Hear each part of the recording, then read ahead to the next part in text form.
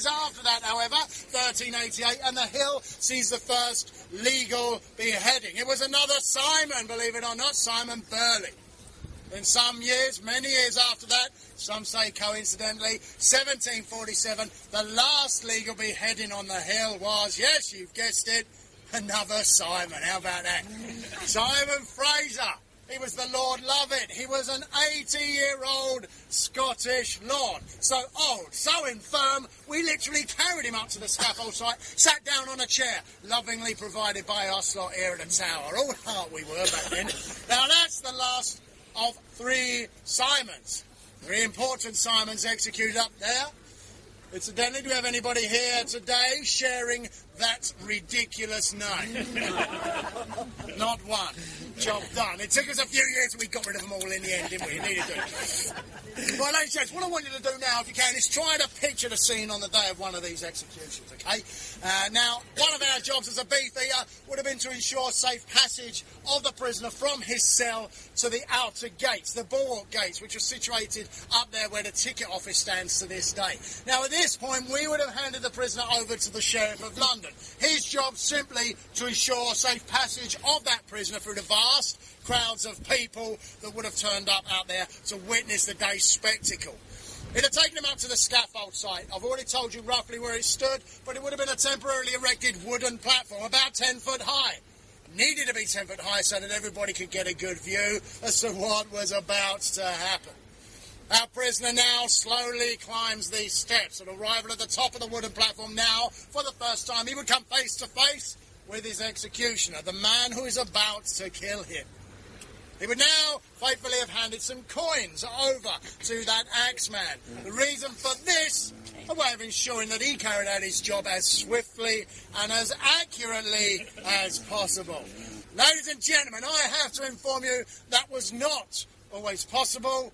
We're going to be having a good in-depth chat about one of those examples when we get inside. I can't wait. Now what happens? Our prisoner turns around, finally saying his last lines to the onlooking crowd. Once that's done, he would now finally kneel down, maybe lay down to... I've just spat on you, madam. I am so sorry. Anyone got an umbrella for this lady stood behind me? She's going to need it. I get so excited, I'm sorry. So what he's doing, he's got his head, his neck now rested on that wooden block. Now, finally I hear you say, the executioner's axe would come crashing down, severing the head from the body, hopefully in one fatal blow. Gruesome task complete then. Our executioner now leans forward, immediately picking up that still bleeding severed head by the hair. Obvious problem there also every now and then. He now raises the head high into the air and cries at this point, "Behold, the head of a traitor! So die all traitors, God! Save the king!" And the crowd would cheer.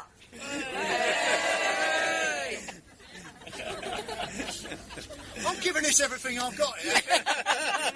Oh, work with me, and the crowd would cheer.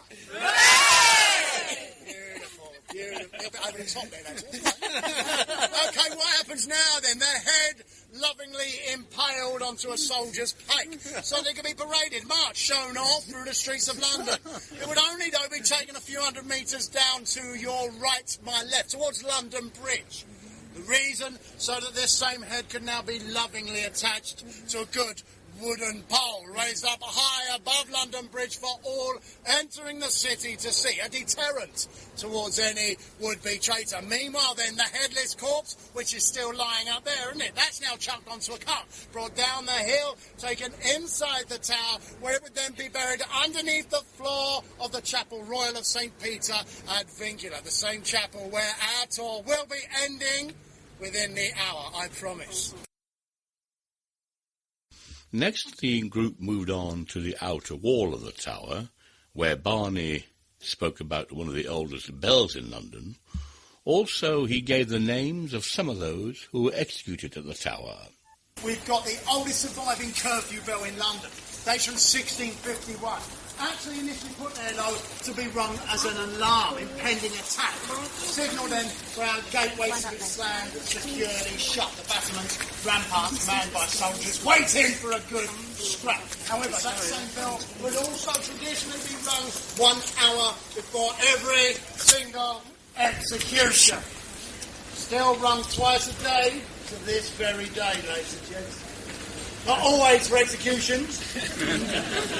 Although I sincerely hope so next week the mother-in-law is popping down for the weekend. I can tell by the severe laughs we've got quite a few mother-in-laws here. Ladies, I'm sorry. I think the world of my mother-in-law.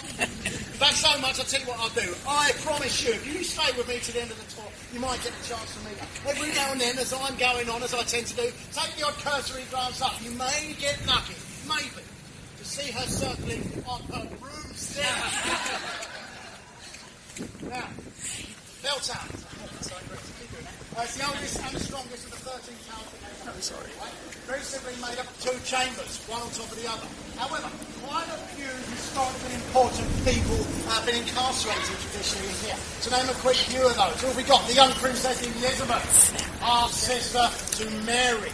Mary Tudor, Mary the First, Bloody Mary, one of the names, call her what you will. Imprisoned here on the orders of her half-sister, who genuinely believe Elizabeth was part of a plot to overthrow her. As well as that, we got 2 saints historically held here, ladies and gentlemen. Sir Thomas More, Cardinal John Fisher, both lifelong friends, imprisoned for exactly the same reason, refusing to recognise Henry VIII as head of the Church in England. Both men very bravely sticking to their principles would, however, pay the ultimate price. In 1535, both men, good friends with him, 1 week of each other, would be led the identical route from this tower straight up to Tower Hill, where they were to be publicly beheaded. Now, when Charles II died, he left no heir to the throne. Rules back then very simple to today. In fact, in cases such as this, the crown will be passed down to the monarch's next younger brother. That was James, Duke of York. However, Scott now pipes up, stating in fact his mother had married Charles II whilst he was in exile in Holland. Now, if that's true, you've probably sussed it already, it makes him the rightful heir to the throne in England and not Charles II's brother. However, 1685, as per the original plan, James, Duke of York, crowned King James II. Scott faithfully will not let this lie. He now jumps into action. He lands off the southern coast of England, immediately raising an army of farmhands and labourers, in what become known later on as the Monmouth or the Pitchfork Rebellion. Now, in truth, it don't matter what you call it. It ends in the same way, ladies and gentlemen. The utter annihilation of Scott's army at the Battle of Sedgemoor in Somerset. His army literally, thoroughly defeated and then routed. Now, Scott is one of the lucky few survivors. Lucky? Not for long. I'll let you come up with the answer to that in a minute. He's found some days after the battle, hiding, cowering in a ditch. He's arrested on the spot in Somerset and then brought straight to London. We're in the space of just 3 days, put on trial for high treason, found guilty, and surprise, surprise, when he's sentenced to death.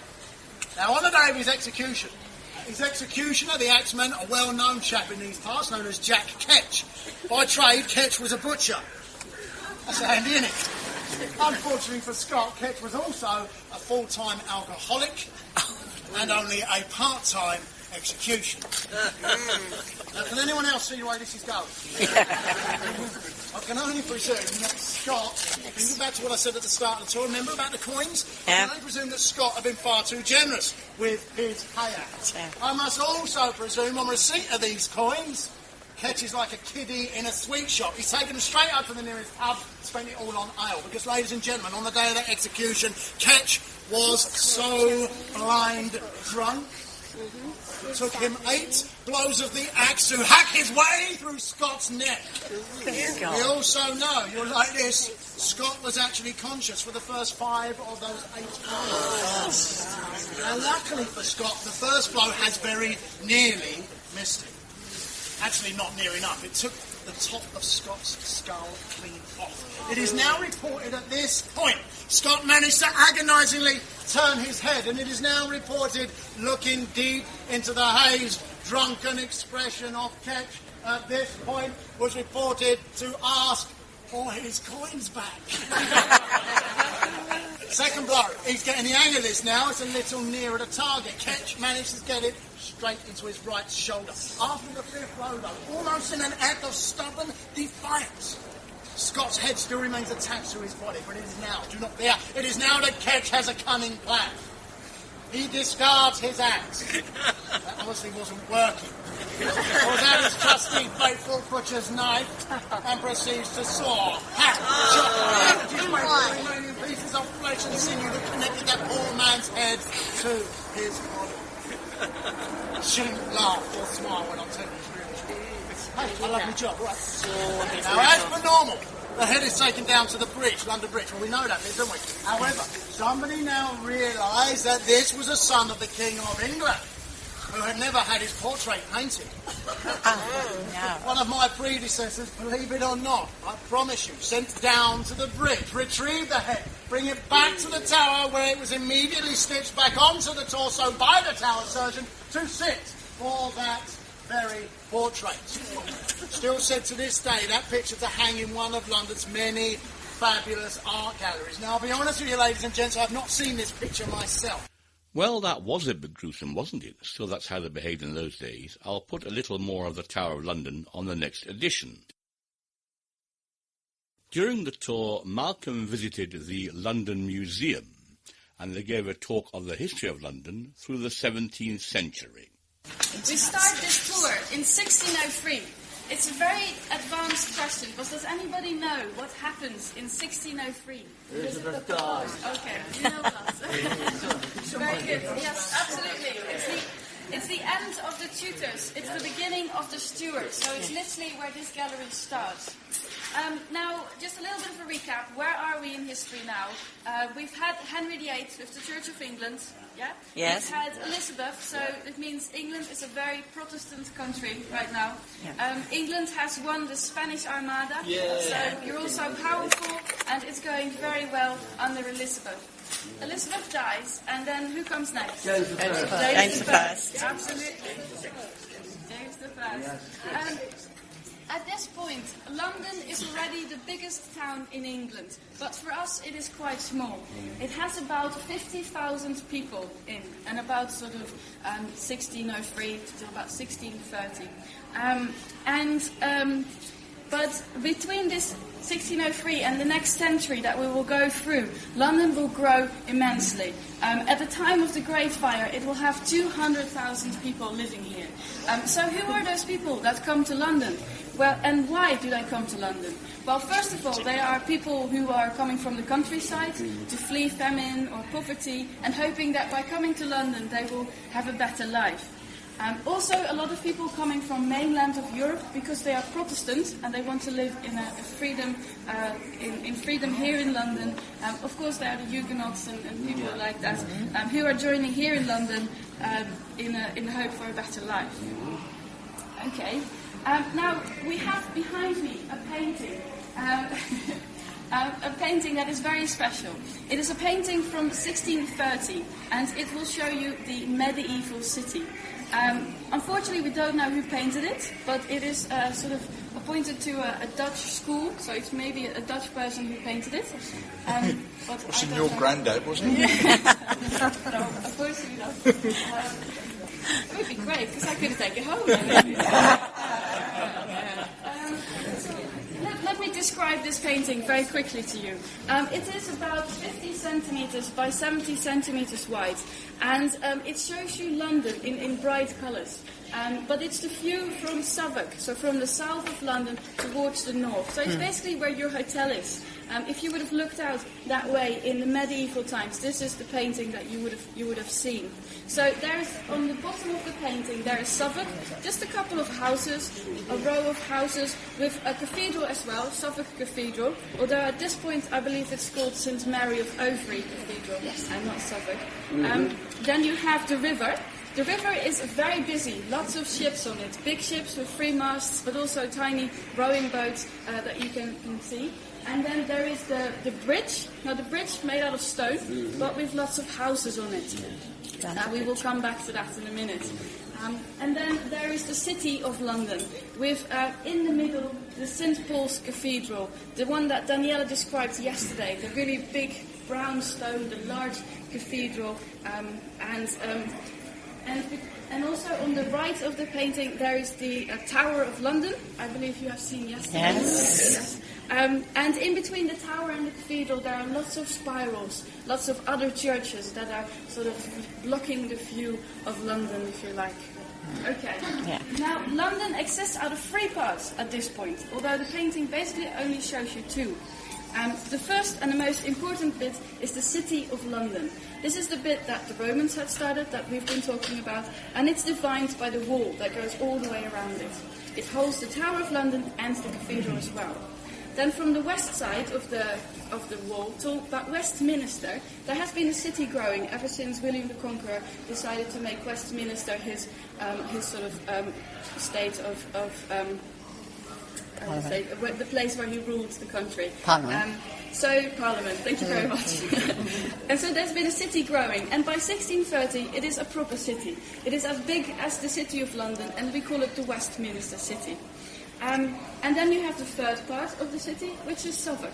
Now, Southwark is sort of the naughty little sister of the other 2. Everything that is illegal is going on in the south. And that's where I live at the moment. I have your phone number.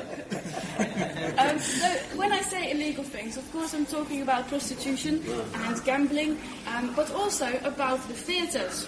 On the left of the painting, there are some round houses with big flags on top of it. These are the Globe, the Rose, the Hope, and the Swan. These theatres, of course, these were places where a lot of prostitution and a lot of gambling was going on. That was why they were illegal. But it's also because they were theatres, and the stewards don't really like theatre. But there are lots of Puritans who believe theatre is a way of sin. It's too much fun. You cannot have it. So they're trying to ban them, and they manage to ban them outside the city walls. But once they're outside the city walls, they have no right to tell them or people to go anywhere else. So that's why they're all in the south. Okay. Now, how would you get to the fun side, to the south? Well, of course, there is only one bridge, London Bridge. Basically at the same spot as London Bridge is today. But it was made out of stone, and I think if I could have any building back from the history, I would have chosen this bridge. It must have been amazing to walk on this bridge. Yeah. They have made the pillars so close together that it's actually slowing down the river. So the river is higher on the west side than it is on the east side, making it very dangerous for any boat to go underneath the river. So what people used to do is the boatman would put you onto the shore, then you would walk across the bridge, and then he would pick you up on the other side, just in case it was too much of a risk. The bridge, made out of stone by now, and that was mainly because that happened quite a long time ago, and because you might know Thomas Becket, who was killed, I think it was 1170? Yes, 1170. He was killed in Tuesday. He was killed in Canterbury. What happens, a lot of people start to go on pilgrimages to Canterbury, and they all come to London and sort of go that way south. So this bridge becomes very important. So what they need a better bridge. So they decide to make it out of stone. But to pay for this stone bridge, which is very expensive, they build lots of houses on top of it. And with the rent of these houses, they pay for the maintenance of the bridge. But if you imagine a bridge that is probably the same size as London Bridge is today, which is about 100 meters, I'm not sure, about 100 meters wide? Wide? No? Okay. Sorry. Well, if you imagine a bridge with houses on both sides, and these are the very long Tudor houses, and then most houses are shops, which means a little market stall in front of the house, leaving this tiny bit of road left over. And if you have horse-drawn carriages coming from both sides, it's basically one big traffic jam. So the bridge wasn't really working very well. And that's why you see so many little boats on the river, because they were water taxis. I believe we already talked about this on Monday, if you remember. Okay, well, the bridge has one big feature, which is the gate towards, so the gate that is in the south, the gate towards London. This gate is a very big, stone, heavy kind of sort of castle kind of building with two towers and then the gate in the middle. On these towers, however, there were lots of heads. because this was the place that if you were executed as a traitor, but only as a traitor, you had the honor of your head on this tower. Now they had started this after William Wallace was executed. He was the very first to have his head on this tower. I'm not sure he considered it such an honor. And they're just really happy with the outcome, I assume, that they decide to keep it up. Now, if you talk about the gunpowder plot, they have their heads on this tower as well. And there is a lovely story of a bishop that got executed. And for some reason, his head doesn't rot. And for a couple of weeks, it becomes a big tourist attraction of London, and everybody stares at it. But it wasn't a very good way of doing things, because sometimes the heads would dry up a bit, and if it was very windy, they sometimes would fall down onto the ground and sort of roll around Suffolk. And so, and that's how football came about. Yeah. And that's how football came about. Yes. Okay. All right. Well, while we're here at the painting, I would like to explain to you two things that are actually about the Great Fire, but it's a bit easier for me to explain it here. You might know that the fire only burns down the city of London. It never makes it down to Suffolk. And the reason for that is that in 1651 there is a fire on the bridge itself. It burns down the city side of the bridge. And it's quite a tragedy. Some people died. And they never managed to rebuild these houses on the bridge. But it means that at the time of the Great Fire, the fire doesn't manage to get over the bridge. And therefore Suffolk is safe from the Great Fire. Okay, what year was that when the house was built? 1651. 51, thank you. Okay. And then also, of course, you know that the St. Paul's were burned down in the Great Fire. Now, this is very strange, right? A stone building, completely, probably one of the best built buildings in London. How is it possible that this one burns down? Well, there were two reasons that we know for sure that must have helped a lot. First of all, the cathedral used to have a really big spiral roof on top of it. This was made out of wood, and it burned down in, I think, 1563, I think very early on. And Elizabeth never bothers to do anything about this, and the city can't afford to do it either. So they never managed to rebuild it until, ironically, in 1666. So they're in the process of rebuilding this wooden roof, meaning that the cathedral was surrounded by scaffolding, which was made out of wood in those days. So the cathedral has this night coat of wood all around it. But there's another thing. You might know Fleet Street, just off the St. Paul's. Now, in the medieval time, this was the street for bookshops. So it was the center of all bookshops that was on this street. As soon as the Great Fire starts on the Sunday evening, these bookshop owners heard about the Great Fire and they want to save their books. So the best thing that they can think of is to put their books in the cathedral. So not only on the outside, but also on the inside, it has very burnable things, trapping the stones in this heat with the little air bubbles that are in these stones that they want to get out, making the stones explode and therefore the whole thing crumbles. So that's at least two things that must have helped to burn this stone building down. Well, we've come to the end of this edition of Enfield Microphone for 2013. I hope you've all enjoyed it. Do you know we've done 76 minutes this time? You see, you can get a bit more on the CD. Also, all on the same side, no need to turn over during the music. I also, like to remind you, I do need material for the magazine, so if any of you have any contributions you want to make, you can contact me on telephone 0208 805 6578, mobile 07887 507471, email Keith DeJersey, all one word, KeithDejersey,